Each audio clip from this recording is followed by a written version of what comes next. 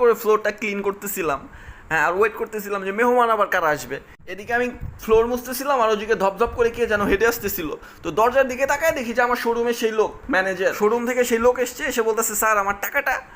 এরপরে আব্বা যেটা করছে, আব্বা কয় টাকা না, এই যে দেখেন যে ছেলে আপনার বাইক নিয়ে এসছে ও তো আমার বাসার কাজের ছেলে, ও আমার ছেলে না, আমি ওর টাকা দিব কেন? দেখেন গরম মুছতেছে।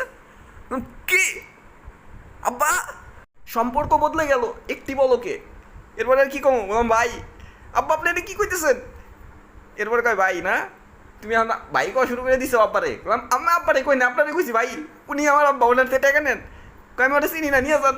যাই হোক, সম্পর্ক মুহূর্তের মধ্যেই বদলে গেল।